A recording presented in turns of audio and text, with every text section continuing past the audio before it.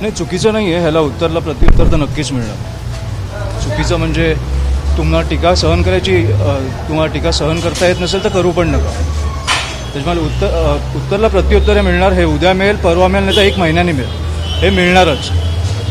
आणि माझ्या महाडच्या SP पण म्हणणं आहे की जेव्हा आमचं प्रत्युत्तर मिळेल तेव्हा आमच्यावर पण तेवढीच नाजूक कलमं टाकावी, कारण न्याय सगळ्यांसाठी मला वाटतं सारखं आहे.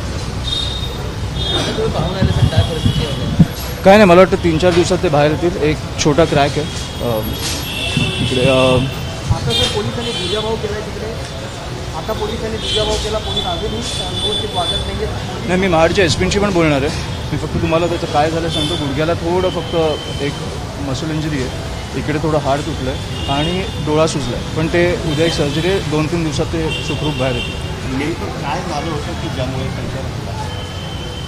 मला वाटतं कोणतरी तिकडचे आमदार बोलले ना त्याच्याबरोबर, मग त्यांनी प्रत्युत्तर दिलं जे मिळणारच होतं.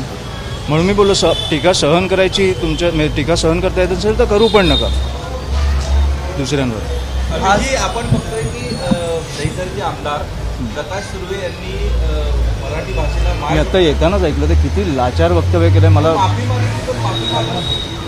माफी मागितली म्हणजे आई मरू दे पण मावशी नाही, आणि आई म्हणजे मराठी माणसं आणि मावशी म्हणजे उत्तर भारतीय, हेच म्हणणं होतं ना. मला वाटतं त्या अतिशय लाजिरवाणी आणि लाचार गोष्ट एका आमदारांनी वक्तव्य करणं. माफी मागितली, माफ करणं हे माझ्या हातात नाही आहे, हे आपल्या मराठी माणसांच्या हातात आहे. त्याच्यामुळे निवडणुकीतच कळेल त्यांना किती माफ केलं आणि नाही केलं. खरं तर शिवसेना पक्षाचे आमदार आहेत, ज्या शिवसेनेने मराठी माणसाचं राजकारण केलं त्या पक्षातून ते आमदार येतात आणि त्यांची अशी वक्तव्य येतात. याकडे कसं नाही, कोणाचंही वक्तव्य असेल, हे आमच्या पक्षातल्या लोकांनी केलं असतं तरी लाजिरवाणं होतं. म्हणजे मराठी माणूस आणि बाहेरचे लोक तुम्हाला निवडायला आली तर तुम्ही मराठी माणसाला बाजूला टाकणार, मरू दे. हे आपली जुनी म्हण होती, ठीक आहे, पण तुम्ही आत्ता वापरताय ती. संदर्भ चुकलाय का त्यांचा? अतिशय. अशी लोक लोकप्रतिनिधी म्हणून असली पाहिजे का, आणि निवडणुकांची नाही, मला वाटतं हे बघा, नवनिर्माण सेना राजीनाम्याची मागणी करेल का? राजीनामा वगैरे ते मला वाटतं की हे एका माणसाकडनं चूक होऊ शकते, पण ही अतिशय गंभीर चूक आहे. ही ह्याच्या पुढे करू नये एवढं मी सांगू शकतो. राजीनामा वगैरे देईल की नाही ते मला वाटतं की राजसाहेब किंवा आमचे जे वरिष्ठ नेते ते बोलू शकतात, पण माझं एवढं म्हणणं आहे की ह्याच्या पुढे करू नये, की खूप गंभीर तुम्ही काहीतरी बोलून गेलाय. अमित एक महाडला जाणार असतं, कारण तिकडे अशा प्रकारे महाराष्ट्र इतर जे कार्यकर्ते त्यांचं मनोबल वाढवलं, तुम्हाला तिकडे जाणार, तुम्ही तिकडे जाणार. पहिलं मी ह्यांचं बघतो, हे सुखरूप बाहेर आले पाहिजे, त्याच्यामुळे त्याच्यानंतर मग मी. आपण एक एवढा मोठा मोर्चा जो आहे तो CSTला काढला होता, तुम्ही सुद्धा त्या मोर्चात होता, पण त्या मोर्चानंतर आता भाजपकडून टीका होऊ लागलेली आणि ह्या सगळ्या प्रकरणाला धर्माचं आणि हिंदुत्वाचं एक वलय आलेलं आहे. कसं बघता ते आजची पत्रकार परिषद घेऊन त्यांनी असं म्हटलं फक्त हिंदू दुबार नावं दाखवण्यात आली, पण मुस्लिम दुबार नावं का नाही आली?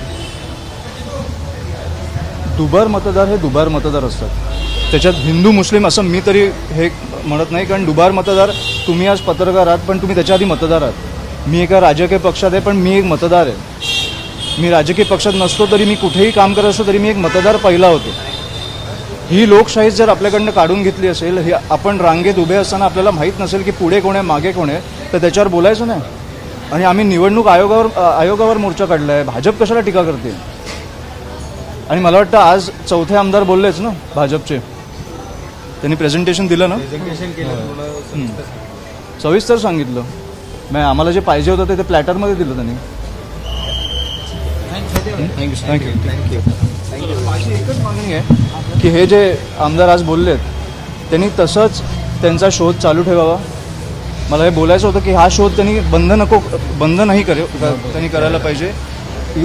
त्यांची जर जेव्हा निवडणूक लागतील तेव्हा निवडणूक आयोगाकडे ती यादी द्यावी आणि अजून एक कॉपी आमच्याकडे पण द्यावी. निवडणूक आयोगाने काही नाही केलं तर राजसाहेबांनी आम्हाला काय करायचं हे सांगितलं. नवीन घडामोडी पाहण्यासाठी आजच आम्ही मुंबईकर 24 तासला लाईक करा, सबस्क्राईब करा आणि अपडेट रहा.